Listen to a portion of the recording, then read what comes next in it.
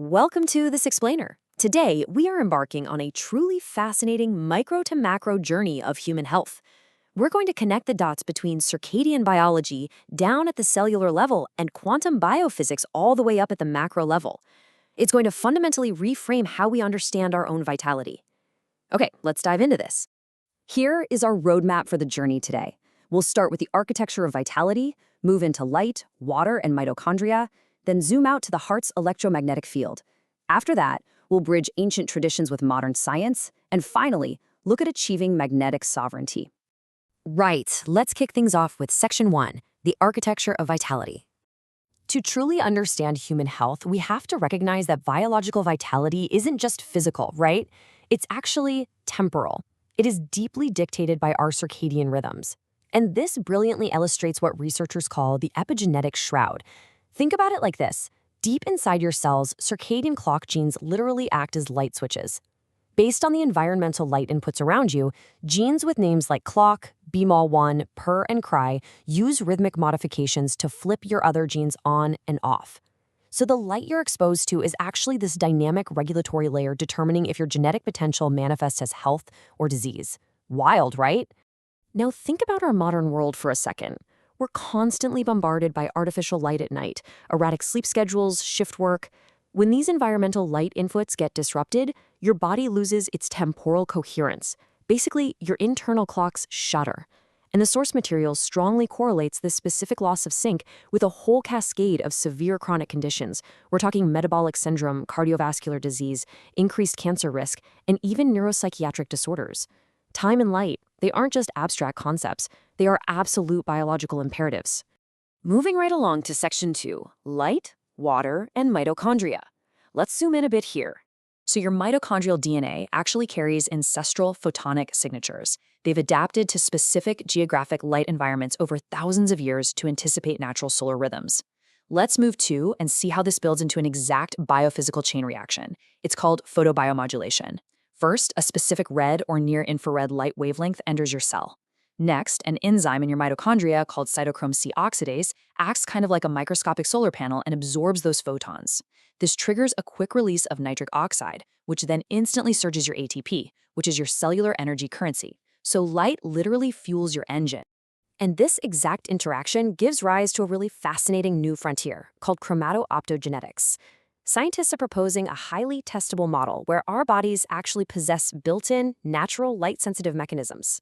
Without any genetic engineering at all, our existing photoreceptors and mitochondrial photoacceptors read environmental light to continuously modulate our cellular function.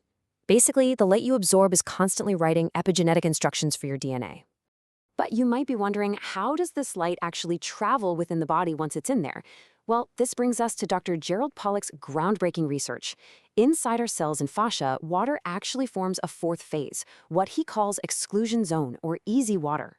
This highly viscous, liquid crystalline medium acts as the primary interface for biophotonic communication throughout the entire body. It might even generate magneto-hydrodynamic flow. It's basically a living, liquid fiber optic network right inside you. Okay, zooming back out now for Section 3, the heart's electromagnetic field. For the longest time, we've been taught to view the heart merely as a mechanical pump, but modern biophysics is showing us it's actually the master coherence generator of your whole body. Consider this stunning metric, 60. The heart generates an electromagnetic field approximately 60 times greater in amplitude than the electrical activity of your brain. Using sensitive magnetometers, scientists can literally measure this field several feet away from your physical body. So you are, quite literally, broadcasting a magnetic field right now. Now, what's really interesting about this breakdown is how the heart orchestrates this 1+12 organizational pattern of our neurology. The heart acts as the central integrator, that's the one. It connects to the brain via the vagus nerve. But get this, 80% of those vagal fibers are carrying signals from the heart to the brain, heavily influencing your emotional processing. This single heart then coordinates the 12 cranial nerves, which regulate your sensory input, motor output, and visceral intelligence. The heart structurally dominates your entire autonomic nervous system. Which perfectly sets up a powerful concept by researcher Al Abdughadir. He states that the cardiac field functions as a coherence amplifier, converting metabolic free energy into ordered, low-entropy field dynamics that synchronize molecular, neural, autonomic, and environmental oscillations. To put that simply, your heart takes metabolic energy and converts it into a highly ordered heart-based resonant field. This field doesn't just harmonize your internal biology, it actually connects you directly to external geophysical rhythms, like the Earth's Schumann resonances and geomagnetic fluctuations. So, the crucial point is this: your heart rate variability, or HRV, changes in real time with your emotions, constantly broadcasting those states of stress or calm right into your environment. Think about that for a second. If your heart is continuously broadcasting your physiological state, what signal are you sending into the biofield right now? Because research actually suggests this electromagnetic entrainment could be influencing the physiology of the people sitting right next to you. No pressure, right? Let's transition over to Section 4, Bridging Ancient and Modern. For thousands of years, ancient healing traditions have described these subtle energy anatomies. And when we look at those alongside modern biophysics, the overlap is just striking. We have ancient concepts like the Chinese meridians mapping vital energy, or qi, and yogic chakras conceptualizing psychospiritual centers. And then modern science shows us that these exact pathways correspond to measurable lines of lower electrical resistance and high biophotonic emission. Using specialized imaging, we even see localized high electromagnetic activity exactly where chakras are said to reside. The conceptual parallels are absolutely stunning. However, we definitely need to maintain our epistemic discipline here. While these integrative frameworks are awe-inspiring and offer really excellent testable models, we have to remember that correlation is not necessarily causation. Many of the proposed causal mechanisms linking these ancient energetic maps to modern electromagnetic measurements remain pretty speculative. They require rigorous, systematic, empirical investigation before we can definitively say they're proven. And that brings us to our final section, Section 5, Achieving Magnetic Sovereignty. So, taking all this cutting-edge science, how do we actively use it to protect ourselves? We call this magnetic sovereignty. It's basically the capacity of your individual biofield to maintain its coherence and integrity amidst environmental electromagnetic challenges. As the Earth's magnetic field fluctuates and artificial EMF pollution from wireless technology keeps rising, cultivating this internal magnetic sovereignty is rapidly becoming an urgent clinical necessity for modern human health.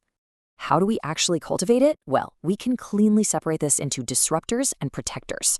Modern stressors, think shift work, artificial Wi-Fi and EMFs, sleep deprivation, these totally shatter our temporal coherence.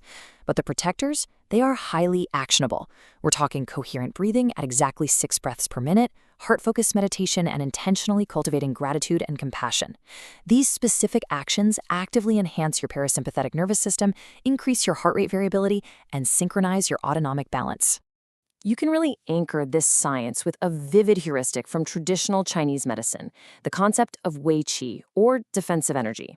By actively cultivating internal electromagnetic coherence through breath, natural light exposure, and emotional regulation, you create a protective boundary.